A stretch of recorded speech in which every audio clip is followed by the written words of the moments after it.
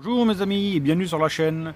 Alors je rebondis sur l'actu, tout simplement l'actu c'est quoi? C'est que j'ai eu pas mal de commentaires en fait sur la vidéo d'hier où j'enfournais une bière à un sale bébé.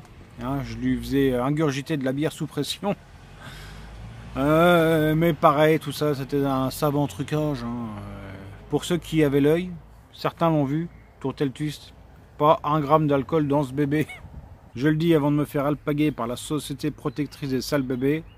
Aucune torture, violence ou gramme d'alcool dans cette scène. Voilà, sur ce, moi je pars faire un tour en moto. Je vous balance le vlog d'aujourd'hui. Allez, jingle.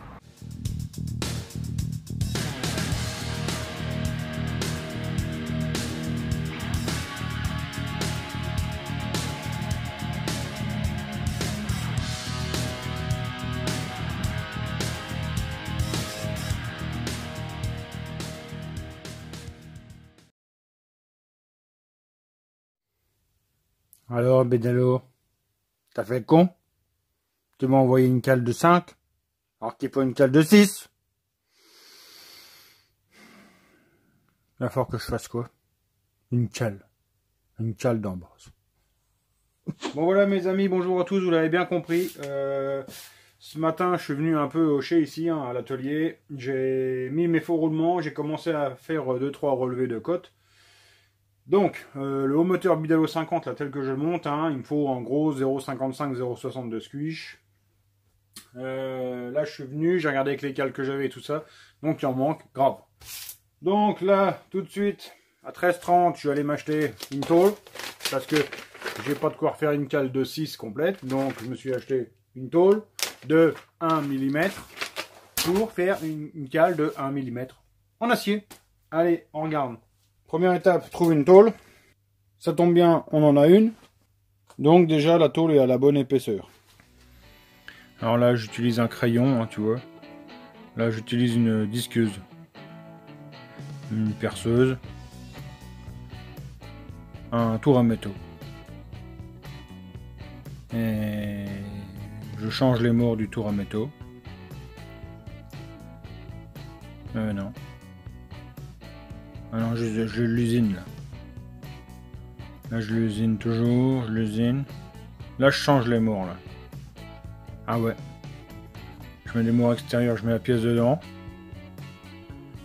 Là je mets un outil pour regarder la hauteur là, puis là je nique tout. Voilà, trop gourmande, va aller trop vite. Première cale hors cote, deuxième cale explosée, tu vois, en voulant prendre l'intérieur trop vite comme un tocor, bah là ce qui se passe. Et là purée.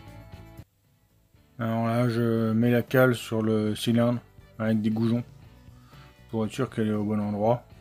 Je trace et puis je l'usine encore. Je l'usine maintenant avec une pierre. Puis après, je remets la cale sur le cylindre, puis je regarde, puis je relusine. Voilà quoi. Ah, non sans mal, ma cale est faite, alors adaptée au Bidalo, forcément, t'imagines bien, avec les trous oblongs et tout ça. Recommencer 4 fois quand même, il est 16h21. Voilà, on a bien avancé. Moi qui voulais le faire cracher aujourd'hui, ça va être toujours faisable, mais quand même plus tendu. Allez, là je vais refermer le carter pour pouvoir prendre les vraies valeurs, parce que là j'ai pris tout à l'heure des valeurs à la louche, avec les faux roulements. Mais tu vois, il y a pas mal de jeux dedans, donc voilà. Donc la cale de 1 mm c'est sûr, mais il va falloir finir en jouant avec des petits joints. Alors là, je vais ouvrir le carter pour nettoyer quoi. Là, je vais chauffer. Chauffer avec un chalumeau quoi, où il y a du gaz qui sort, puis ça fait une flamme. Alors ça chauffe l'aluminium. L'aluminium se dilate. Et du coup, les pièces elles rentrent plus facilement. Voilà. Et l'autre fois, il y a un mec qui me disait tu manques d'enthousiasme quoi. Franchement, trop abusé quoi. Là, le moteur est fermé maintenant, donc c'est bien. Je suis content. Bon allez, on va faire le switch. On va switcher la question, mon cher Jean-Pierre. Tu ne veux surtout pas rater un épisode de ton gros youtubeur préféré? Abonne-toi. Mais oui, c'est facile. Et n'oublie pas, mets la cloche.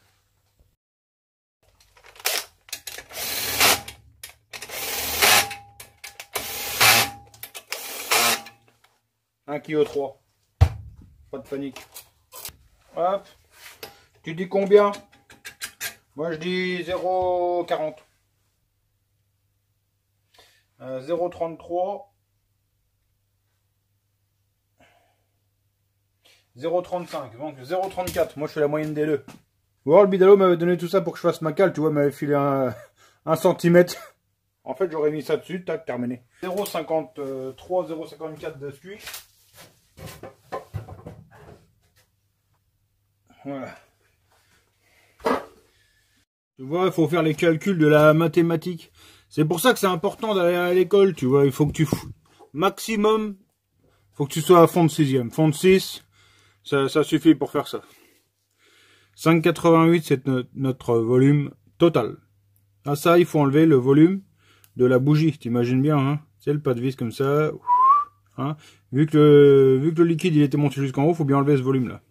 Alors ce volume-là, il est variable, suivant la bougie que tu as dedans. Hein, parce qu'il y a des bougies qui ont des tout gros électrodes comme ça, et il y en a au contraire, elles sont toutes dedans, machin, donc le volume il change un peu. C'est pour ça ça peut aller de 2,3 à 2,5 on va dire. Moi je mets 2,4, je tape au milieu. Donc 5,88 moins les 2,40. On a 3,48. Ça c'est le volume de la chambre de combustion. 3,48 plus 50 cm3. Ça fait 53 cm3 48.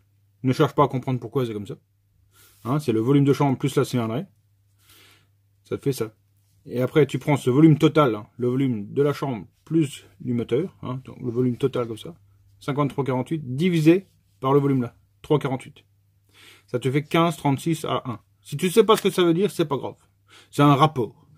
Ça veut dire que tu peux mettre 15,36 fois la chambre là dans le gros volume. Là. Mais on s'en fout. Tout ce qu'il faut savoir, c'est que moi, ma valeur cible, c'est 16.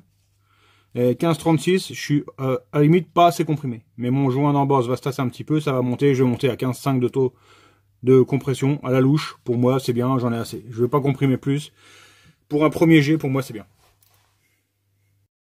Information capitale, c'est pas parce que je mets 0,50 de squish qu'il faudra que tu mettes ça. Je mets ça parce que je te rappelle que j'ai un piston prototype. Hein. Le piston qui sera livré après dans les futures versions série, il sera un tout petit poil différent. Tout simplement parce que moi, à l'époque où Arnaud Bidalo m'a envoyé le haut moteur, les pistons Bidalo n'étaient pas arrivés, donc il m'a envoyé un piston d'une autre marque. Les dômes sont à peu près similaires, mais tu vois, il y a des petits écarts. Hein. La version 50cc que tu vas recevoir qui sera vendue, ça sera normalement 0,60, je pense, dans la notice. Ça te mettra à peu près 15,5 de taux. Hein, tu comprends? Voilà. J'ai des projections d'huile plein les lunettes. Je veux plus rien. Allez, de toute façon, je vais remballer là les gaules. Hein, pour un samedi, c'est bon. Je sais pas quand est-ce que je vais pouvoir me remettre dessus. Demain dimanche, en fait, j'ai la famille qui vient bouffer à la maison, donc c'est plié. Et après, priorité à scout de Greg là, hein, toute la semaine prochaine. Donc j'essaierai de le faire les soirs. Je vais le faire lundi soir. Je le mettrai au banc certainement mardi. Il n'y a plus grand chose à faire là. Hein. Là, le haut moteur est calé. Donc j'ai juste l'admission à mettre. Hein. Ça va être classique VL14, CAL25, pipe Poligny 360. Allumage Bidalo avec un CDI un peu différent. Je mets pas le CDI normalement qu'on achète tous là. Je mets le CDI en fait qui est dédié à la mobilette normalement. Tu vois, parce que là c'est un moteur qui prend normalement beaucoup de régime. Donc avec le CDI en fait qu'on prend d'habitude, le CDI Racing Factory normal pour scooter mécaboîte, sur la longe ça risque de me faire chauffer pas mal. Enfin, c'est pas que c'est sur la longe, mais l'avance elle est calée pour normalement un truc qui va allonger, alors que là on va être normalement dans le régime de puissance. Bon, à voir, parce que le banc nous dira plus, hein, comme d'habitude, mais là je commence avec un CDI Vario, c'est comme ça qu'il s'appelle. En tout cas, je vous remercie tous de m'avoir suivi. En ce samedi, c'est plutôt rare, mais bon, hein, pourquoi pas. Je vous souhaite de passer un bon dimanche. On se retrouve dans la semaine prochaine, je l'espère. Passez une bonne soirée. Ciao, bye.